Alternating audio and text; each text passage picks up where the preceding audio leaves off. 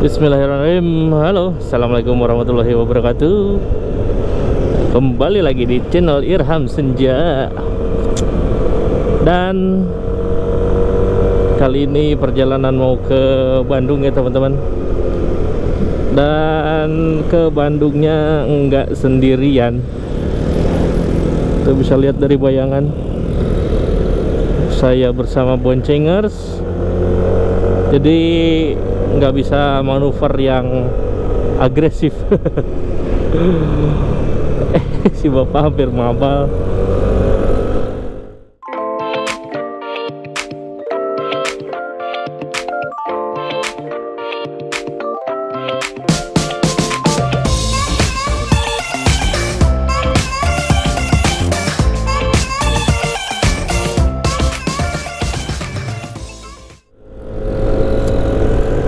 Enaknya ngobrolin apa ya sambil di jalan daripada ngantuk. Soalnya sama Boncenger juga ngobrol teriak-teriak gak jelas. Dia bilang apa, saya dengernya apa. Kemudian kita juga belum pasang intercom, jadi alhasil ya diem-dieman. Alhamdulillah hari ini cerah dan hari ini hari Sabtu tanggal berapa ya? Tanggal 27. Dan dari tadi dari arah Bandung menuju Ciamis banyak banget X-Max sama Harley. Mungkin lagi ada acara ya di Pangandaran. Kayaknya sih Pangandaran, saya yakin kalau ramainya Sabtu, berangkatnya Sabtu, acaranya di Pangandaran.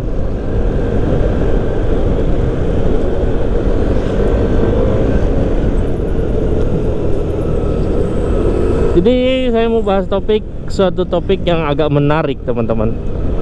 Suatu topik yang mana ini mengenai tentang perawatan motor, alias bagaimana sih cara merawat motor. Aduh sorry, telip dulu. Bagaimana cara merawat motor dengan baik dan benar menurut saya pribadi ya teman-teman.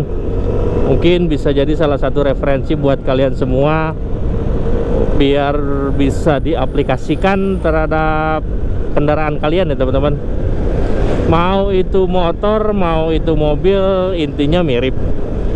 Tapi karena ini saya berada di atas motor, jadi bahas lebih spesifik ke motor kali ya.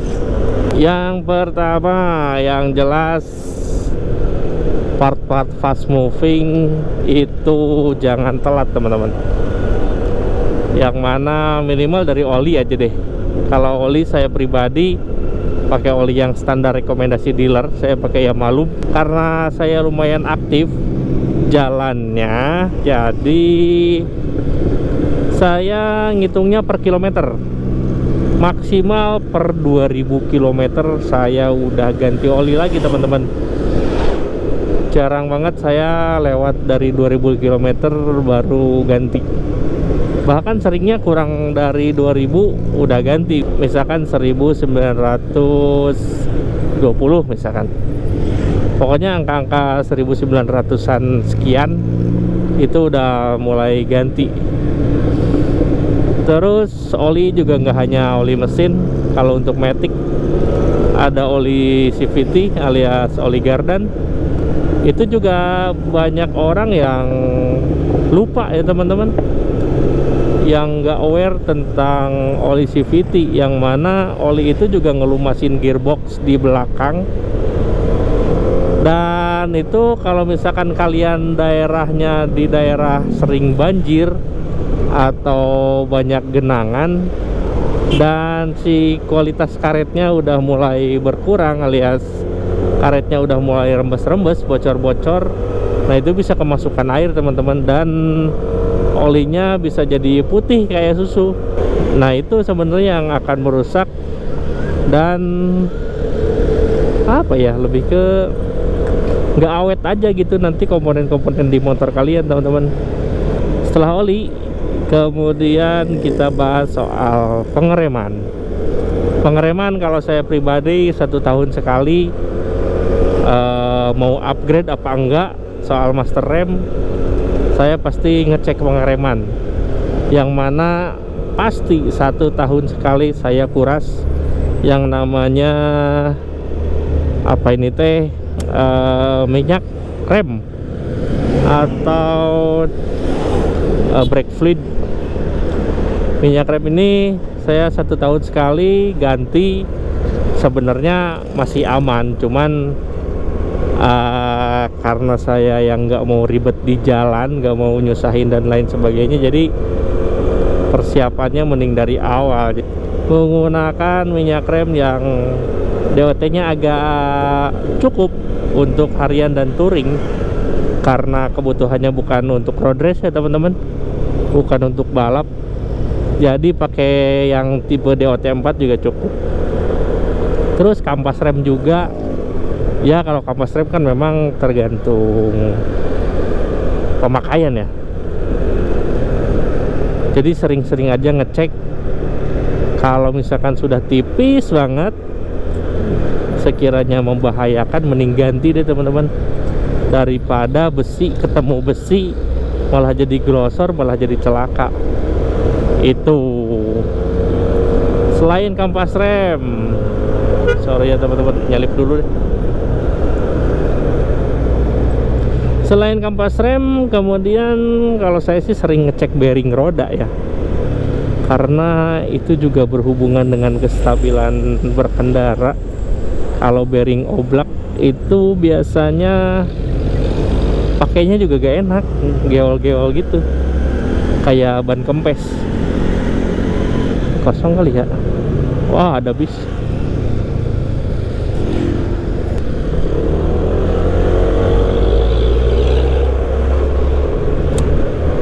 Kalau bearing oblak pasti geol-geol. Nah, saya itu setahun sekali, karena saya juga agak jorok makainya teman-teman. Kadang ada lubang dihajar, yang sekiranya lubang yang nggak membahayakan ya, hajar. Nah, makanya 1 tahun sekali juga saya biasanya ganti bearing roda. Mau yang depan mau yang belakang pasti ganti.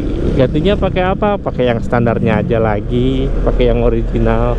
Awet banget itu teman-teman, kalau kita pemakainya wajar ya. Lah, macet Pasar Lewo Sukaratu.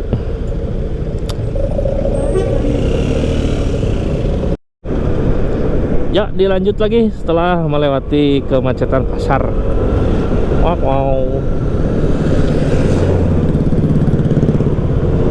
Selanjutnya setelah bearing roda, saya biasanya ngecek kadaluarsanya ban, atau ngecek tekanan ban deh minimal. Sebelum jalan atau sebelum jarak jauh, pasti saya ngecek tekanan ban, yang mana memastikan kondisinya baik-baik saja dan sesuai dengan tekanan ban yang pas. Karena kalau terlalu keras juga gak nyaman teman-teman, apalagi terlalu lembek, takutnya pas nikung-nikung begini ngelipet malah jadi bahaya. Nah, fungsinya ngelihat ban itu udah kadaluarsa apa belum, karena memang ban juga ada umurnya, namanya juga karet, lama-lama juga bakal mengeras teman-teman. Jadi traksi terhadap aspal itu juga berkurang. Makanya lebih baik kalau misalkan ban udah kadaluarsa lebih dari 3 tahun, saya sih nyaranin ganti. Tapi kalau nggak diganti bang, gimana? Soalnya kan sayang, masih tebal misalkan, atau masih ada bisa dipakai sambil nungguin habis aja, gimana ya, monggo silakan. Asal kalian harus hati-hati makainya, jangan terlalu ekstrim ya. Kalau untuk harian-harian dari rumah ke kantor sih ya fine-fine aja, atau dari rumah ke pasar, ke sekolah, oke. Tapi kalau udah trek-treknya luar kota, yang mana jalannya juga nggak menentu, lebih baik sih ganti aja ya teman-teman. Tapi kalau saya pribadi, karena mobilitasnya tinggi, warawiri kesana kemari, jadi ban itu malah maksimal setahun sekali udah habis, udah ganti gitu. Jadi nggak keburu kadaluarsa, malah udah habis duluan.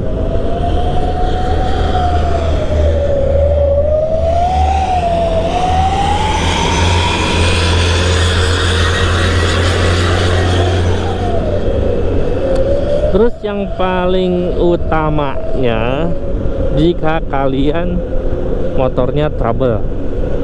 Nah, ini yang saya ingin garis bawahi, bahwa kalian boleh di mana aja ngebengkel, kalian boleh ke siapa aja ngebongkarin motor, ngerawat motor. Syukur-syukur bisa ngerawat motornya sendiri. Tapi kalau udah ada trouble, kalau saya pribadi sih, kalau udah ke satu tempat yang nyaman, udah itu terus teman-teman. Mau itu, tapi salip dulu, berisik.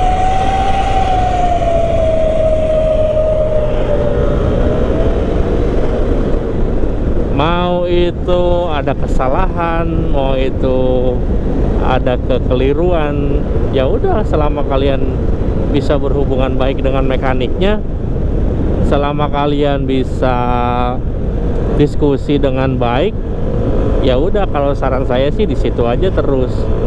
Karena gini loh, permasalahannya bukan soal bener nggak bener, cuman nanti ke depannya kalian itu kan pakai motor jangka panjang ya, nggak cuma 1-2 bulan doang. Sementara motor itu kan kalau saya pribadi dirawat itu 1 bulan sekali minimal gitu. Entah itu bersih-bersih CVT kalau matic ya, atau itu ganti oli, atau itu apapun itulah. Kalau saya sih lebih seneng kalau udah ke satu bengkel, udah bengkel itu terus. Walaupun masih banyak, si angkot, walaupun masih banyak di luar sana mungkin bengkel yang lebih bagus, alat yang lebih canggih, tapi nggak semua orang itu bisa menyampaikannya, atau si bengkelnya bisa nerima keinginan konsumen seperti apa itu. Jadi saran saya, kalau udah di situ ya udah di situ aja terus. Karena si mekanik juga gini, tahu perjalanan, track record motor kita itu kayak gimana, apa aja yang pernah diganti, apa aja yang kurangnya, apa aja kelebihannya. Nah, sekarang kalau misalkan kalian pindah lagi bengkel juga kan nggak tahu histori motor kalian itu seperti apa. Kalian harus jelasin lagi, kalian harus terangin lagi apa yang udah, apa yang belum, keluhannya apa. Entah itu terlalu boros, terlalu irit, showbreaker terlalu keras, atau tenaganya boyo. Yang gitu-gitu kan kita sebagai user pasti harus klop dengan mekanik agar apa yang kita sampaikan keluh kesah itu bisa diterima dengan baik informasinya sama si mekanik. Jadi si mekaniknya pun bisa menyesuaikan apa yang kita inginkan gitu loh teman-teman. Kadang-kadang ada beberapa mekanik yang dia pakai standarnya standar dia sendiri, kencang-kencang menurut dia, tapi cara bawanya kan antara mekanik dengan kita beda itu. Sementara mekanik nyobainnya kan cuman paling nggak lebih dari 15 menit kalau ngetes. Sementara kita kan pakai tiap hari berjam-jam, apalagi kalau touring begini kan ratusan kilometer, pasti kerasa banget. Nah, carilah mekanik yang bisa diajak diskusi, yang mana nggak terlalu idealis dengan settingan dia. Mau motor, mau mobil, intinya sama, mirip-mirip. Apapun motor kalian, tahun berapapun motor kalian, kalau dirawat pasti insya Allah bakal betah, bakal enak, nyaman dipakainya. Saya juga ini motor tahun 2016 teman-teman, kilometer udah hampir 80.000. Tapi ya karena dirawat, karena dicek-cek terus, nggak nunggu nyampe rusak banget baru diganti. Jadi ada gejala-gejala ganti, gejala-gejala perbaiki. Jadi motornya insya Allah dalam keadaan prima terus. Ini jujur motor pulang dari Bromo saya nggak apa-apain, cuman ganti oli sama bersih CVT doang teman-teman. Karena prepare sebelum ke Bromonya memang agak banyak ya, kayak macam ganti-ganti fan belt, roller, lalu bearing-bearing, ngecek ban. Oh, ban juga baru. Makanya pulang dari Bromo Februari dan sekarang udah Juni, belum, Mei, masih Mei. Masih enak-enak aja ini motor, performanya belum menurun menurut saya ya. Walaupun ini saya tiap hari selalu pakai Pertalite, nggak ada keluhan yang gimana-gimana. Alhamdulillah. Dari Bromo ya pakai harian, walaupun sekarang ada Scoopy ya yang pakai harian. Ini lebih ke banyak diem. Paling ya gini perjalanan luar kota, kalau saya dari Ciamis ke Bandung, kalau saya dari Ciamis ke Kuningan atau ke Pangandaran, kalau boncengan, kalau sendiri sih pakai Ninja kali ya, seru.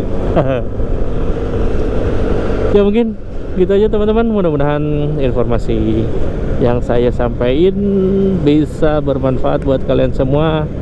Tips sedikit dari saya mengenai cara merawat motor yang baik dan benar menurut versi saya.